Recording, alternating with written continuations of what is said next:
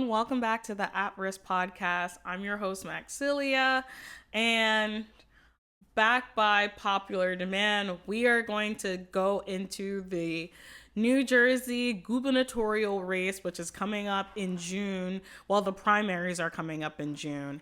So for each candidate, we are going to take the time to talk about them, talk about the policies that they stand for, and we're going to highlight some controversies that they have because it frankly wouldn't make any sense if we didn't talk about those things. And I am not here to endorse anyone. I am simply here to give you all the facts. I know it's super hard to get information on all the candidates on your own if you're not doing a lot of researching and things like that. So this episode is to make that easier for you. Feel free to look at the timestamps down below. So let's just hop right into it. The first Democratic candidate that we're going to highlight is Congresswoman Mikey Sherrill. So Mikey Sherrill is a U.S. representative from New Jersey District 11. She's a former Navy pilot. Absolutely badass. Like, super cool. She also used to be a federal prosecutor, and she is the only person running for governor in the 2025 New Jersey gubernatorial race that has actually given birth. So that's fun. And she actually cares a lot about menstrual equity. She's really cared about New Jersey's menstrual health movements. She's in support of having menstrual products in the restrooms and things like that. She focuses on affordability, protecting reproductive rights. She wants women to have the right, and female identified persons, right? That want access to reproductive health care and gender affirming care to be able to receive those resources. Something else about her is that her whole plan is to counter the Trump administration policies when it comes to their stance on women not being able to vote if they change if their last name is different from their birth certificate. She's actively been against that. She actively supports movements that would make housing more affordable. She's pushed for legislation that cares for breast cancer, ovarian cysts, so just menstrual and reproductive health.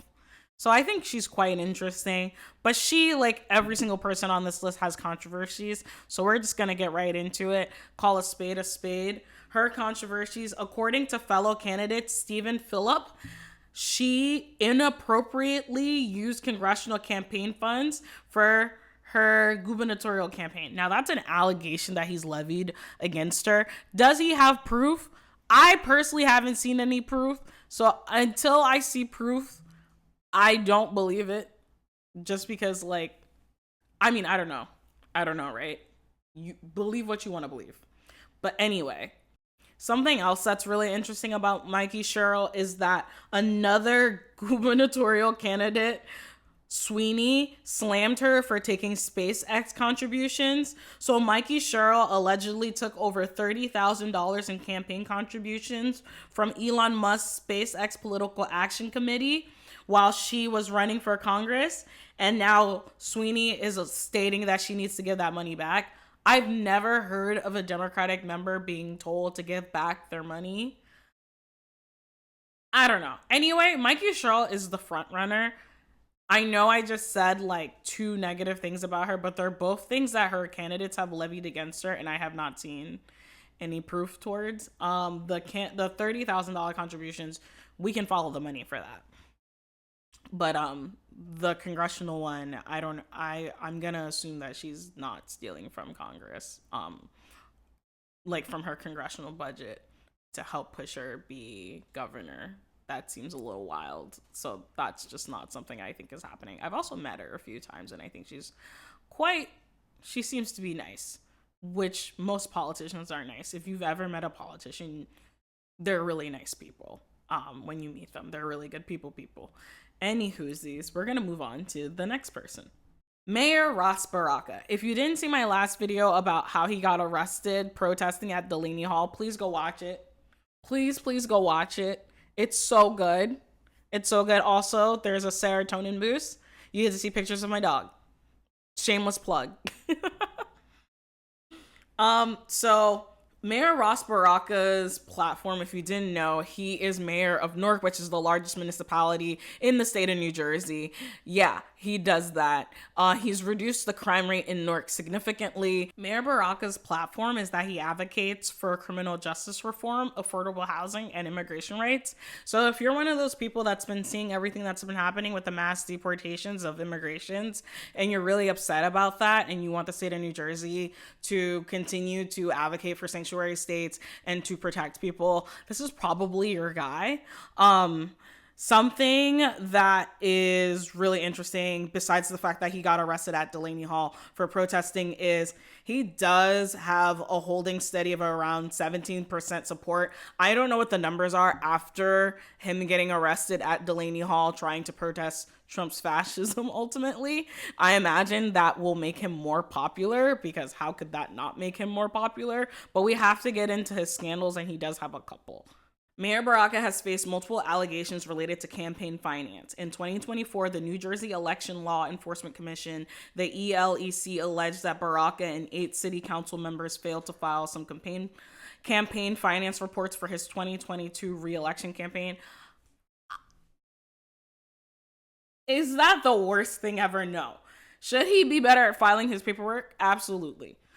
In 2021, however, he and his former campaign treasurer were fined $30,000 for election law violations, including improperly reporting nearly $185,000 in contributions. The treasurer had previously pleaded guilty to embezzling funds in 2018. Ain't that some shit? And then we gotta talk about Newark's water crisis.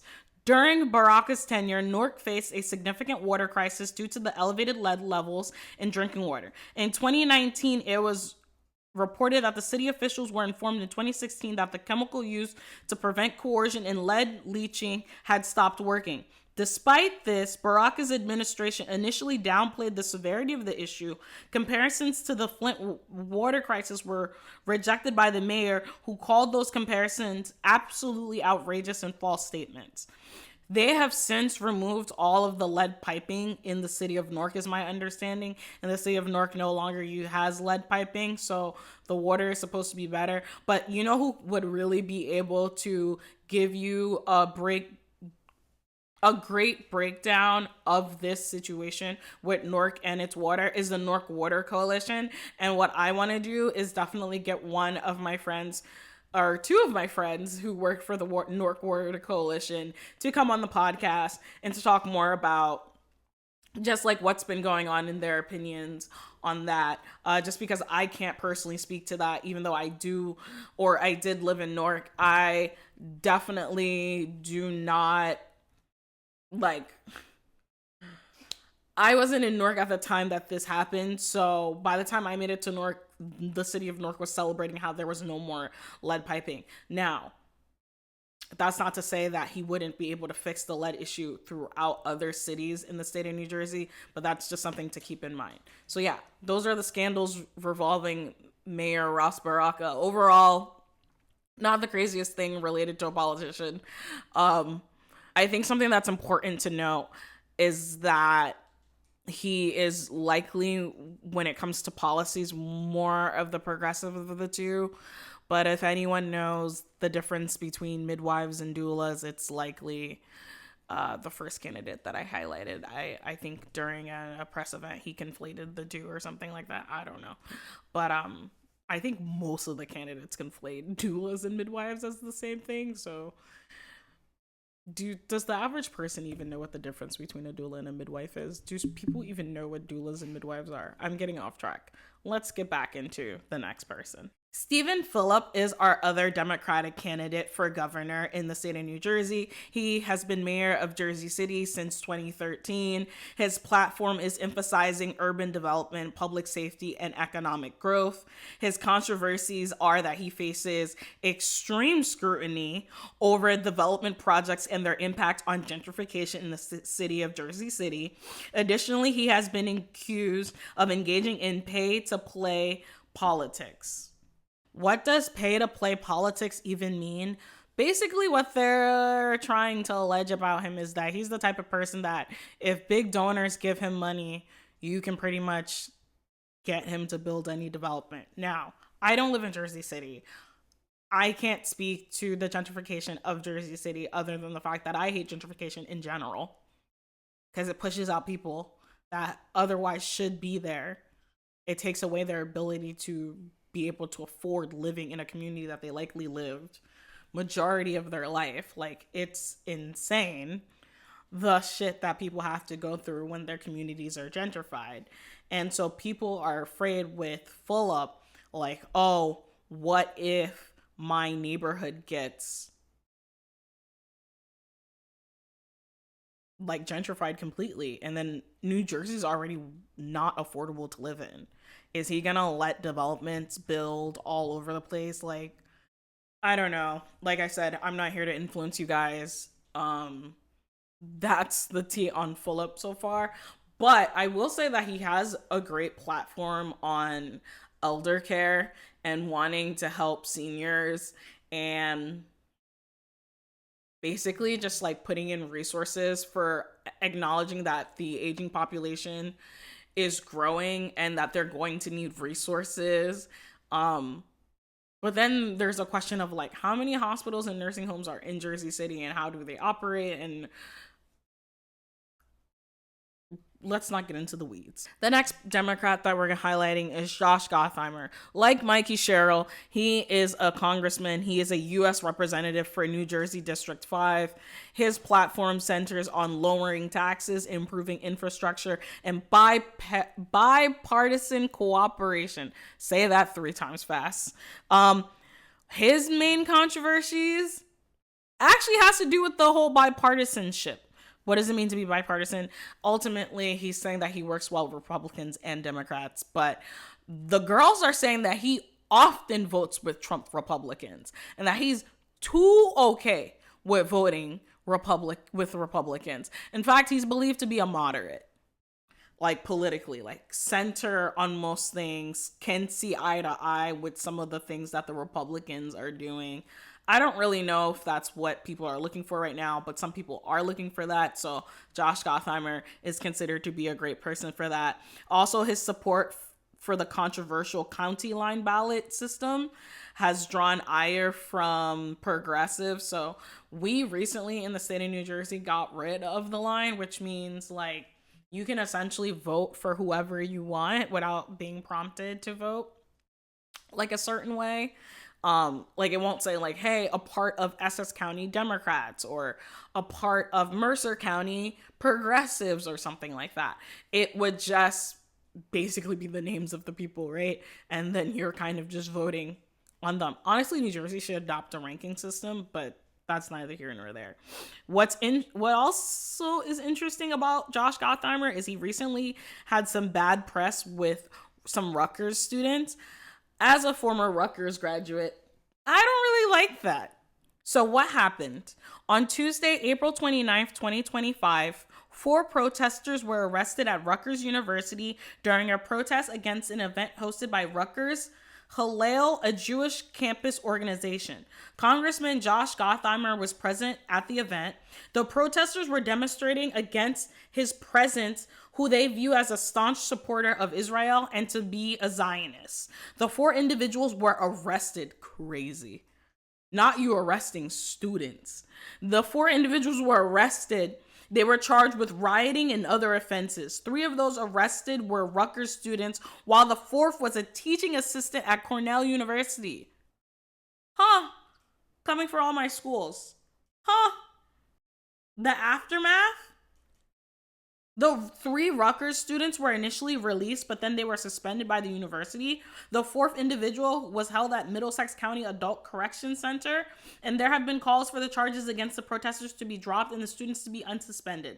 He had a response in response to what happened to the students, and this is what he had to say about students getting arrested for protesting him potentially being a Zionist. Man said he welcomes debate, but there's no room for violence, especially against law enforcement. He added that his visit was focused on discussing the rise in anti-Semitism on college campuses. Note, there are different differing perspectives on the events, with some categorizing the arrest as violent and arbitrary, while others emphasize the need for law enforcement to maintain law and order and safety. For some people, that's a deal breaker.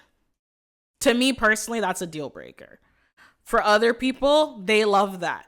They're like, oh my God, I totally want a guy that's going to turn the state of New Jersey into Columbia University. I totally want that. That's actually what I've been dying for. Again, I'm not here to influence you. But that's how the girls feel about Josh Gottheimer. Those are the scandals of Mr. Gottheimer. He sounds like a character from Batman. I love that last name. Anyway, next up is Steve Sweeney. Now you're probably like, girl, you done said like 8 names. I know. There's like so many people running for governor. It's not even funny. This is just the Democrats. But I have like one more Democrat and a few more Republicans, and then we'll get right into New York City. So back to Steve Sweeney. He was a former state Senate president. If you didn't know, now you know. He used to run shit in the Senate. He was the one that used to pick what bills got voted on. He used to determine what committees people sat on. This man had real power. What happened? He lost to a truck driver, ultimately lost his seat. That truck driver since lost his seat, and now he's running for governor. His platform focuses on labor rights, infrastructure, investment, and fiscal responsibility. He's trying to fix New Jersey's state budget, okay? He's trying to fix the whole ecosystem, the whole system. He's like, I'm gonna go in there and revamp your whole books, okay? I'm gonna revamp the books. The biggest controversy about Steve Sweeney is that people are like, how the fuck did you lose to a truck driver? Now, that's not really fair. People be losing. And lately, New Jersey has been more and more purple, which means the pendulum swings both Republican and Democrat far too often. It was not that long ago that we had a Republican governor. And so people are nervous about having someone like Sweeney because they're like, would he be able to win? Like, would he be able to beat a Republican candidate? And that's a fair question. But honestly, there isn't, besides the fact that he's throwing mud at Mikey Sherrill and saying that she took contributions, which, I don't know, maybe he's right. Maybe he knows something that we don't know about her. Or maybe he's just being a dick. I don't know. Can you bleep out the dick? Thank you. We can keep that in. But, I think he's gotta, like, his chances aren't super great because he has a 5% support, but anything can happen in these final days and he can literally pull it out of the mud. This is someone that has a lot of political experience and probably really knows how to play the game, has experience working with both aisles, so he could be bipartisan, and he's a strong male figure, which after seeing the defeat that Kamala Harris suffered, we know how much people really need to see a strong male figure for someone to be able to be seen as winning. So we move on to the next person. Sean Spiller is the next person. He is president of the New Jersey Education Association, and he used to be the mayor of Montclair. His platform is advocating for education reform and green energy initiatives. So Mans wants us to have better public transportation, wants us to have better quality of air, better quality of life, and better education. Makes sense. He works with the New Jersey Education Association, which is the largest teachers union in the state of New Jersey. But he does have controversies related to his union leadership. The girls are saying that he has a conflict of interest due to his union leadership. Additionally, he had been involved in a years-long scandal regarding health benefits during his tenure as Montclair mayor. So let's get into the scandal. Sean Spiller, during his tenure as Montclair mayor, faced scrutiny over health benefits issues. Reports indicate that he, along with other part-time elected officials, received health benefits typically reserved for full-time employees, but he was not a full-time employee. This arrangement raised questions about the appropriate use of taxpayer funds and the adherence to municipal policies. While the practice was not unique to Spiller, it became a point of contention during his gubernatorial campaign, with critics arguing that it reflected a broader pattern of exploiting public resources. Spiller has defended the benefits as standard practice, but the controversy underscores the importance of transparency and accountability in public office. I feel like it's kind of crazy to be mayor and not be like eligible for health insurance, but you also can't be stealing health insurance. Like if you have to pay for your own health insurance, you got to pay for your own health insurance. So I don't know, Sean. I don't know. I don't know. Anyway, time to get into the Republicans. Jack Ciattarelli. First up, former Assemblyman, 2021 GOP gubernatorial nominee. That's all we know about the man. He was in the Assembly in the state of New Jersey. His platform is emphasizing tax cuts, business-friendly policies, and education reform. Imagine a Republican being in charge of our education reform. God help us. Anyway, the craziest part is he received an endorsement from Donald Trump. Jail. Immediate jail. And he's leading criticism from moderators. Additionally, his participation in the Stop the Steal rally has been a point of contention. Get him out of here. Get him out of here. He's actually leading the GOP field with significant support, which means if anyone's likely to win the Republican primary, it's a Trump-backed psychopath. Please. Bill Sapedia is a former radio host and conservative commentator. His platform is focusing on anti-immigration policies. He wants to get the immigrations the fuck out of New Jersey. Tax reductions and government transparency, whatever the hell that means. This guy has the least most thought out policies out of any of the Republican candidates, but I digress. Anywho, he is known for inflammatory rhetoric and criticism of both parties. Like, he just be talking shit on his podcast, and people don't like that about him. And those are his biggest controversies.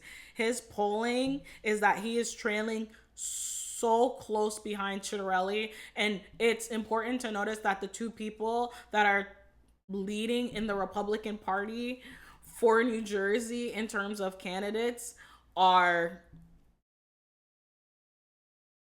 a guy who got endorsed by Donald Trump and another guy who says inflammatory things for a living. Meanwhile, the top two people for the Democrats were Mikey Sherrill, former Navy pilot, former congresswoman, or is a current congresswoman, has been doing this work for years, cares about menstrual equity and reproductive health care. Mayor Ross Baraka, who is the most progressive out of the people running thus far, cares about immigration reform, cares about education. And it's just so interesting, the stark difference between the two. Anyway, we move on to John Bramnick. John Bramnick is a state senator and a former Assembly minority leader. He advocates for moderate Republican values, including fiscal conservatism and social moderation. His biggest controversies is that he faced challenges appealing to increasingly large conservative GOP base. So he's more moderate than, like, compared to Ciattarelli and Sapedia. And so his controversy is that, like, he's just not appealing enough to them. He still totes like traditional Republican ideals, but like he's just not as far right as the right would like him to be. Justin Barbera is a contractor and a political newcomer.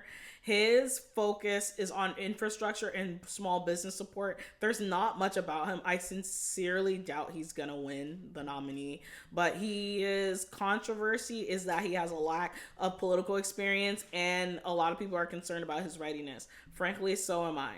Mario Kranjak is the former mayor of Inglewood Cliffs. His platform is emphasis on local governance and economic development, and his controversies is that he had limited statewide recognition and poses a challenge to his campaign. So like he's not like really doing well in the campaign. He has like low single digit support. People don't even really know who he is. So frankly, I don't really think you need to be pressed about it.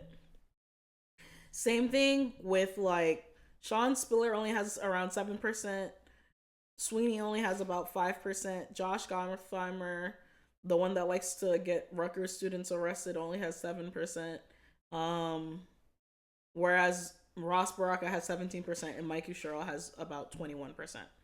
So it sounds like the two frontrunners for the Democrats are Mikey Sherrill and Mayor Ross Baraka, whereas for the Republicans, it's former Assembly member Chitterelli and Bill Sapedia, the news anchor guy.